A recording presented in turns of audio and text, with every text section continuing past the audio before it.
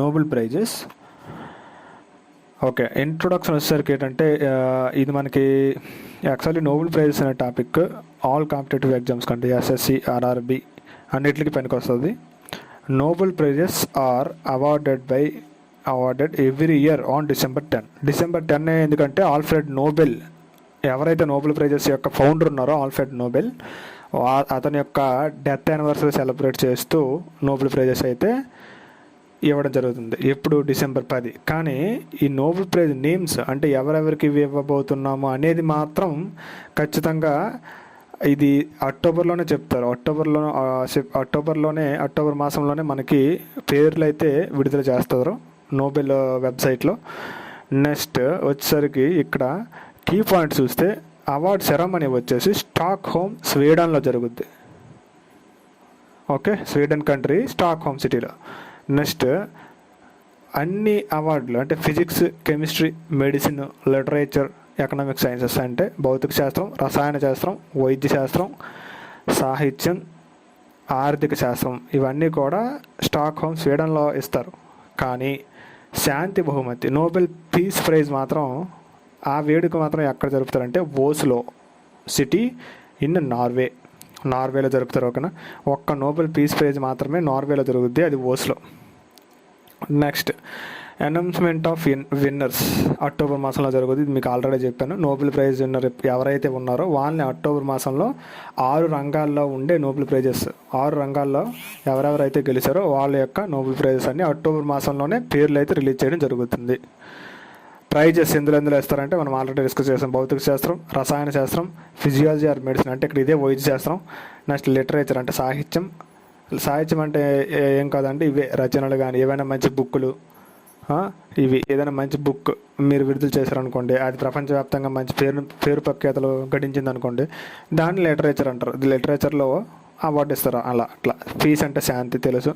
ఇంకా economic sciences అంటే ఇది లేటెస్ట్గా అంటే లాస్ట్లో యాడ్ చేశారండి. ఇది 1968 by Sveriges bank, risks bank. ఇది స్వెరిజెస్ రిక్స్ బ్యాంక్ అంటారు, లేదా రిక్స్ బ్యాంక్ అని కూడా అంటారు. ఈ బ్యాంక్ ఏదైతే సంస్థ ఉందో ఆ బ్యాంక్ అనేది ఆర్థిక రంగం. ఇప్పుడు బ్యాంక్ అంటే ఆర్థిక రంగానికి సంబంధించిందే కాబట్టి ఆర్థిక రంగంలో ఎవరైతే విశేషమైనటువంటి కృషి చేస్తారో ప్రపంచవ్యాప్తంగా వాళ్ళకి ఈ అవార్డును నోబెల్ బహుమతుల్లో భాగంగా ఇస్తారు. కానీ ఇచ్చేది ఏదంటే రిక్స్ బ్యాంక్. ఈ రిక్స్ బ్యాంక్ అనేది వాళ్ళ పేరునైతే విడుదల చేస్తుంది. నెక్స్ట్ ఇప్పుడు మనం ఎవరెవరికైతే అవార్డులు వచ్చాయి, 6 రంగాలు ఉన్నాయి కదా. ఫిజిక్స్లో ఎవరికి వచ్చిందంటే John J Hopfield America నుంచి, జియోఫ్రీ హింటన్ యూకే నుంచి, యునైటెడ్ కింగ్డమ్ నుంచి. ఓకే, భౌతిక శాస్త్రంలో వీళ్ళిద్దరికి వచ్చింది. ఇక్కడ దేశాల పేర్లు కొన్నిసార్లు అడగచ్చు. John J Hopfield and Geoffrey Hinton వీళ్ళిద్దరికి భౌతిక శాస్త్రంలో వచ్చింది అంటే ఫిజిక్స్. నెక్స్ట్ కెమిస్ట్రీ వచ్చేసరికి 3 ఇచ్చారు. డేవిడ్ బాకర్, ఇతనిది అమెరికా. నెక్స్ట్ రెండో అతను వచ్చేసి డెమిస్ హసాబిస్, ఇతను యునైటెడ్ కింగ్డమ్. మూడో అతను వచ్చేసి John Jumper, USA, America, United States of America. Next physiology and medicine వచ్చేసరికి ఇద్దరికి వచ్చింది. Victor Ambros and Gary Ruvkun వీళ్ళిద్దరు కూడా అమెరికాయే. ఓకే, దేశాల కంటే పేర్లు ఇంపార్టెంట్ అండి. చాలా ఎక్కువ సార్లు రివిజన్ చేస్తే మనకు పేర్లు గుర్తుంటాయి. Victor Ambros and Gary Ruvkun. Okay, వీళ్ళిద్దరికి వచ్చింది. మనం విగా అని గుర్తుంచుకుందాం. విక్టర్లో విఐ, జిఏ అంటే గ్యారీ రూకిన్.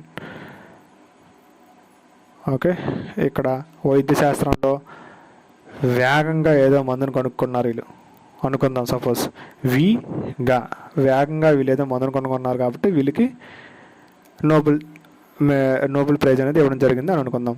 ఓకే, ఇప్పుడు వేగంగా మందు కనుక్కుంటేనే కదా మనకి కొన్ని మరణాలను తగ్గించే అవకాశం ఉంటుంది. సో మనం గుర్తించుకోవడానికి చిన్న ట్రిక్ మాదిరి ఇది అంతే. ఓకేనా, ఇక్కడ విక్టర్ మీరు ఇక్కడ పాయింట్ అవుట్ చేసుకోవచ్చు.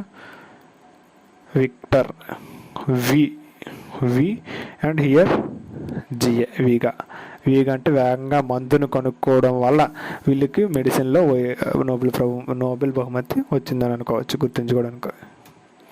నెక్స్ట్ లిటరేచర్, ఈ సాహిత్యంలో ఒక్కరికే వచ్చింది. ఇది జాగ్రత్తగా మనం గుర్తుంచుకోవాలి, ఎందుకంటే ఒకరికే వచ్చింది కాబట్టి ఈమె పేరు మరియు ఏ దేశం నుంచి అనేది గుర్తుంచుకోవడం చాలా ఇంపార్టెంట్. ఇంతకు ముందువన్నీ కూడా యూఎస్ఏ ఆర్ యూకేకి వచ్చాయి కాబట్టి పెద్దగా గుర్తుంచుకోవడం పర్లేదు. బట్ ఇది south Korea, it is uncommon name right, ఇప్పటి వరకు రాలేదు కాబట్టి సౌత్ కొరియా నుంచి హాంకాంగ్, చైనా నుంచి హాంకాంగ్ అనే పార్ట్ ఒకటి ఉంటుంది చైనా దేశంలో. సో హాంకాంగ్, ఈమె సౌత్ కొరియా నుంచి లిటరేచర్ సాహిత్యం రంగంలో ఈమెకు వచ్చింది నోబెల్ బహుమతి. నెక్స్ట్ వచ్చేసరికి శాంతి, పీస్, నోబెల్ పీస్ ప్రైజ్ అని అంటాము. 2024లో ఎవరికైనా వ్యక్తికి అయితే రాలేదు. నిహాన్ ఇండాన్క్యో అనే ఒక జాపనీస్ ఆర్గనైజేషన్కి వచ్చింది. ఇది ఒక కంపెనీ అండి, ఇది ఒక కంపెనీ మరియు ఇక్కడ ఉండేది ఆ కంపెనీ యొక్క లోగో. ఈ కంపెనీ లోగో మరియు ఇక్కడ కంపెనీ నేమ్ మనం ఇవ్వడం జరిగింది. చూసుకోండి, జాపనీస్ ఆర్గనైజేషన్కి వచ్చింది. ఇది మనిషి పేరు ఏం కాదు, నిహాన్ హిడాంక్యో. ఎకనామిక్ సైన్స్ అంటే ఆర్థిక శాస్త్రం లేదా అర్థశాస్త్రం అనొచ్చు. ఈ ఆర్థిక శాస్త్రంలో ఎవరికి వచ్చింది? డారోన్ ఐస్మోగ్లు, టర్కీ నుంచి. ఈయన టర్కీ, మనం ఇక్కడ కూడా అన్కామన్ నేమ్ చూసాం ఇక్కడ, Turkey, Daron Acemoglu. Simon Johnson, UK, United Kingdom, that is also known as that Britain, United Kingdom, not Britain, United Kingdom. Simon Johnson. James A Robinson, United States of America.